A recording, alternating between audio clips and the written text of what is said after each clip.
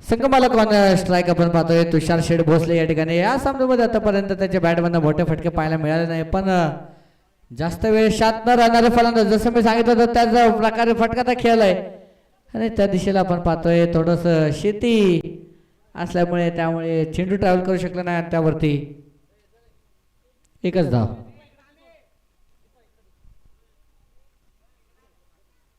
कॉमेंटेटरला विसरू नका.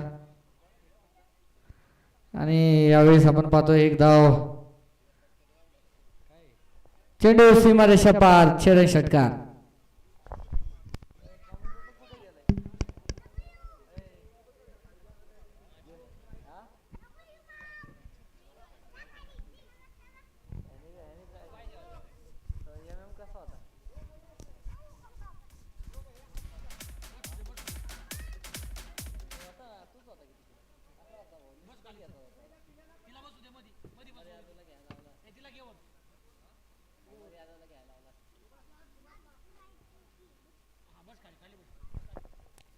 यावेळेस आपण पाहता फटका खेळला, फटका फसला, झेलची संधी, खेळाडू थोडासा लांब, त्यावरती फक्त एक सिंगल धाव.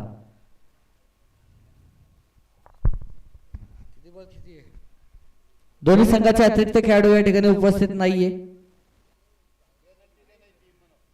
पेनल्टी देण्यात येईल.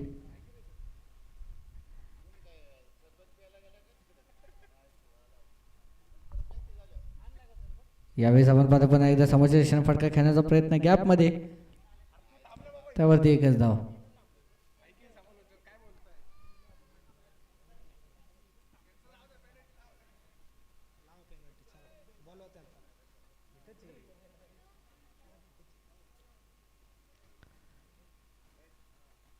यावेळेस आपण एकदा बॅकफुटला सरकले, फटका खेळला हवेमध्ये आणि आपण पाहतोय चेंडू सीमारेषा पार, छेडून षटकार.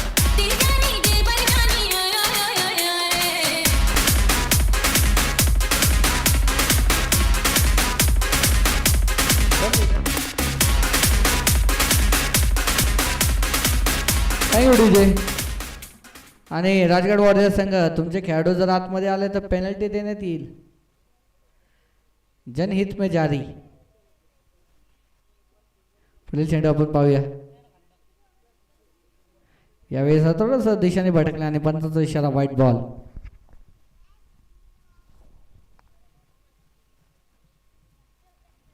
पुन्हा एकदा आपण पाहतो थोडस दिशेने भटकले, अतिरिक्त स्वरूपाचे एक धाव, व्हाईट बॉल.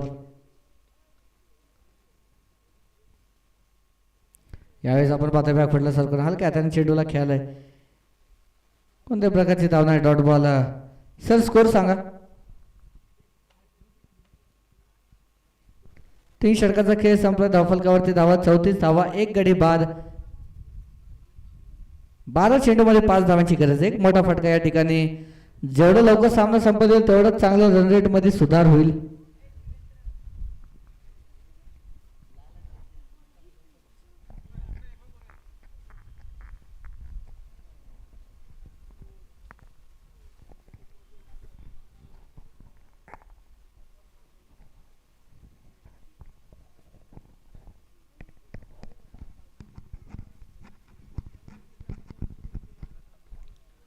यावेळी जबाबदार पहिला चेंडू शॉर्ट पिच बॉल होता, त्यावरती प्रहार केलाय. पंचाचा इशारा, 9 बॉलचा आलाय. त्यावरती आपण पाहतोय पळून 2 धाव देखील पूर्ण. पुढचा चेंडू उघडा डोळे पहा नीट, हा असणार आहे फ्री हिट. आणि आता आपण पाहतोय फक्त 2 धावांची गरज असेल. पाहूया या चेंडूवरती मोठा फटका येईल का. पुन्हा एकदा wide ball, free hit continue असेल.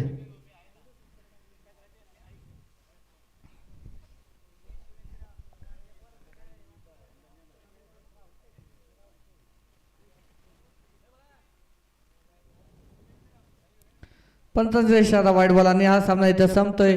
राजगड वॉरियर संघ 10 विकेटने हा सामना विजयी ठरतो. विजय संघाच्या